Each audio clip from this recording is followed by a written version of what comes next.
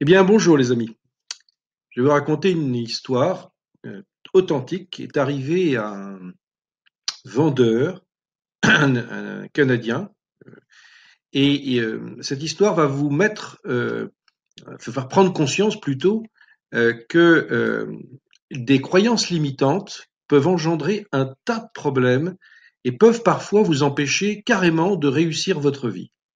Quand je vous lis cette histoire est authentique, et elle est souvent relatée en séminaire, notamment de réussite personnelle ou d'indépendance financière, parce que la croyance limitante peut carrément bloquer le processus de réussite. Alors cette histoire, c'est donc un vendeur en immobilier au Canada qui était un excellent vendeur, c'est-à-dire que son entreprise était vraiment très très satisfaite et très contente de ses services, ses prestations et de son talent de vendeur.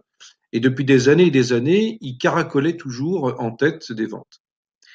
Et puis, un jour, il y a eu un changement dans son entreprise, un changement de management, et un des chefs de service qui avait bien entendu pris la fiche de chaque vendeur, s'était aperçu que ce vendeur chevronné avait vraiment des qualités exceptionnelles et il a décidé de le récompenser parce qu'il a estimé que finalement, il n'était pas vraiment récompensé à la hauteur de ses réussites et de faire autant gagner d'argent à l'entreprise.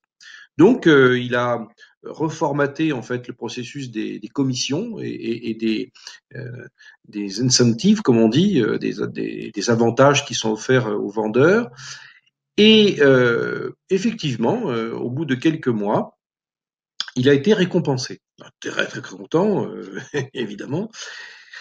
Dans la tête de son chef de service, de son responsable commercial, il y avait quand même une idée que si on pouvait le motiver encore plus, il pouvait bien évidemment faire plus. Alors, dans les avantages qu'il avait obtenus, au-delà du fait qu'il avait eu une prime, il avait obtenu un secteur qui était bien plus profitable, bien meilleur que celui pour lequel il travaillait depuis des années. C'est vrai que pour un vendeur, avoir un bon secteur, c'est toujours quelque chose qui est essentiel. J'ai travaillé dans l'automobile, donc je sais ce que c'est. Si on vous donne un secteur qui est par rapport à l'âge, par rapport au pouvoir d'achat, par rapport, etc., au renouvellement, bien évidemment, des produits qui sont vendus, on est toujours satisfait. Là, c'était le cas. Il s'est retrouvé dans un secteur où il y avait plus de possibilités d'achat de maisons. Et après quelques mois plus tard, je ne sais plus si c'est 4, 5, 6 mois plus tard, notre chef de service a eu l'idée de vérifier, voir si il avait obtenu finalement de meilleurs résultats, puisque finalement c'était plus simple, il y avait plus de potentiel de clients. Donc il s'est dit, avec un tel vendeur, je vais avoir une amélioration. À sa grande surprise, une mauvaise surprise, il s'est aperçu qu'en fait ce vendeur avait fait le même chiffre d'affaires. Le même chiffre d'affaires. Alors là, il n'était pas très content, il le convoque. Excusez-moi, j'ai un chat dans la gorge. Il a plu ces derniers temps. Et j'ai un petit rhume. Et donc à partir de là, il le convoque, il lui dit, mais dis donc, je comprends pas, on t'a quand même fait, depuis que je suis arrivé, on t'a mis en valeur, on t'a augmenté tes primes, on t'a permis d'avoir un secteur qui est vraiment bien plus productif en termes de vente, et quand on regarde tes résultats, tu nous fais le même résultat. Là, je suis pas très content. La réponse du vendeur a été surprenante. Il dit, mais écoute, faut m'apprendre à me connaître. Moi, quand je travaille, je m'engage à fond, je fais ce que j'ai à faire et je ne suis pas quelqu'un qui tire au flanc. C'est pas parce que vous m'avez donné un meilleur secteur que je vais pour autant moins travailler. C'est pas parce que vous me payez mieux que je vais. Non, non. Au contraire, je travaille toujours autant avec le même dynamisme et le même ferveur. Bon, le chef de service, enfin le chef commercial n'était pas tout à fait satisfait de cette réponse et doutait vraiment de son comportement. Il le laisse pendant quelques mois encore mijoter dans ce secteur et le résultat était toujours le même. En réalité, il gagnait toujours la même somme tous les mois de commission parce qu'il ne vendait pas plus. Sur ce, La décision est prise. Le responsable commercial, le chef des ventes, lui dit, écoute, moi je trouve pas très crédible ce que tu es en train de me dire. Je vais donc te demander de changer de secteur. C'était une forme de sanction. Même si ce n'était pas présenté comme ça, c'en était en tout cas, le vendeur l'a vécu comme ça. Il dit, écoute, pourquoi? Mais, c'est comme ça, c'est moi qui décide. Tu vas reprendre le secteur que tu avais avant, ou un secteur en tout cas aussi compliqué.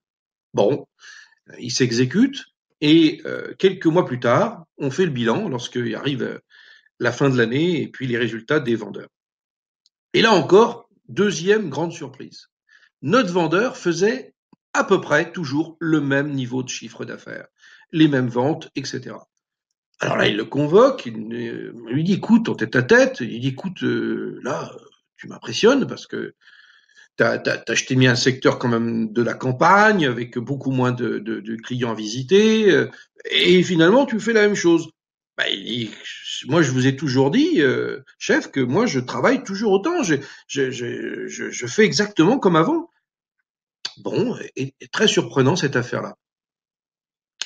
Et puis, il y avait un psychologue d'entreprise qui était présent depuis des années, et le chef de service en parle un moment en aparté à ce psychologue de service, et il lui dit, écoute, j'ai un cas particulier, tu le connais, c'est un tel, vraiment un bon vendeur, mais je le fous dans un secteur super facile, 6 mois après, il me fait le même chiffre, si je le mets dans un secteur difficile, il me fait encore le même chiffre, etc.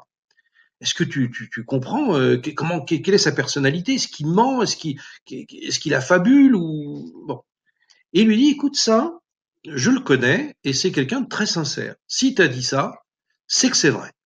Bah alors explique-moi parce que franchement c'est fou cette affaire-là. Bah lui dit c'est parce qu'il est sans doute victime de croyances limitantes.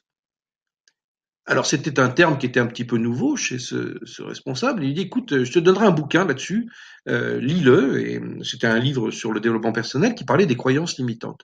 Alors il l'a lu, et effectivement, il s'est aperçu que une croyance limitante, c'était quelque chose pour lequel on croit très fort, intensément, c'est-à-dire qu'on l'a mis sur un piédestal de notre force de conviction, et que cette croyance, elle nous dirige, elle nous pilote dans nos actions, nos décisions, nos choix, mais aussi, et c'est là que j'attire votre attention, sur la capacité de déployer nos ressources, à la fois de réussite, mais aussi, à l'inverse, d'échec. Et il reconvoque, et là pour le coup, non pas à l'entreprise, mais dans un endroit qui était totalement différent d'entreprise, où il pouvait plus se détendre, plus se lâcher dans la discussion. Et là, ils parlent tous les deux en tête à tête. Et lui, écoute, j'ai discuté avec le psychologue d'entreprise et il m'a dit, voilà, que tu pourrais être finalement victime de croyances limitantes. Et ça a fait tilt, c'est ce vendeur. Il a dit, écoute, écoutez, franchement, chef, vous venez de me révéler quelque chose à moi-même. Effectivement, depuis que je suis rentré dans cette entreprise, ça fait déjà un certain nombre d'années, je me suis convaincu que je ne pouvais pas gagner moins pour pouvoir assurer la subsistance de ma famille, payer ma maison, etc., etc., les études de mes enfants. Et puis, mais je me suis mis dans cette idée que effectivement c'était la somme, mais que je ne valais pas plus. Écoutez bien, je ne valais pas plus. Alors, il lui dit, mais pourquoi tu pensais que tu valais pas plus? Je sais pas, j'y suis. C'est familial. Dans ma famille, on réussissait en gagnant ça, et puis on m'a inculqué cette idée que bah, finalement j'avais une sorte de plafond, un plafond de verre, mais un plafond quand même de ce que je peux pouvoir réussir et gagner dans ma vie. Alors, tout ça a engendré que bah, finalement, vous venez de me révéler. Alors, il lui avait donné ce livre à lire aussi. Et écoute, le psychologue d'entreprise m'a donné un bouquin, je l'ai lu, c'est absolument stupéfiant, parce que ça peut carrément bloquer la réussite de quelqu'un.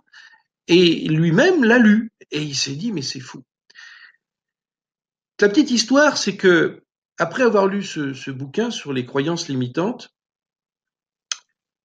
3 mois après, notre vendeur avait fait le double de vente. J'ai bien dit le double.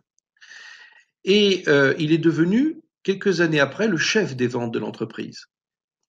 Et il s'est forgé cette nouvelle opinion qu'il était capable de pouvoir vendre plus, de pouvoir élever son niveau de vie et donc de réussir mieux ses actes commerciaux en étant peut-être plus convaincant, enfin, en mobilisant des ressources de conviction.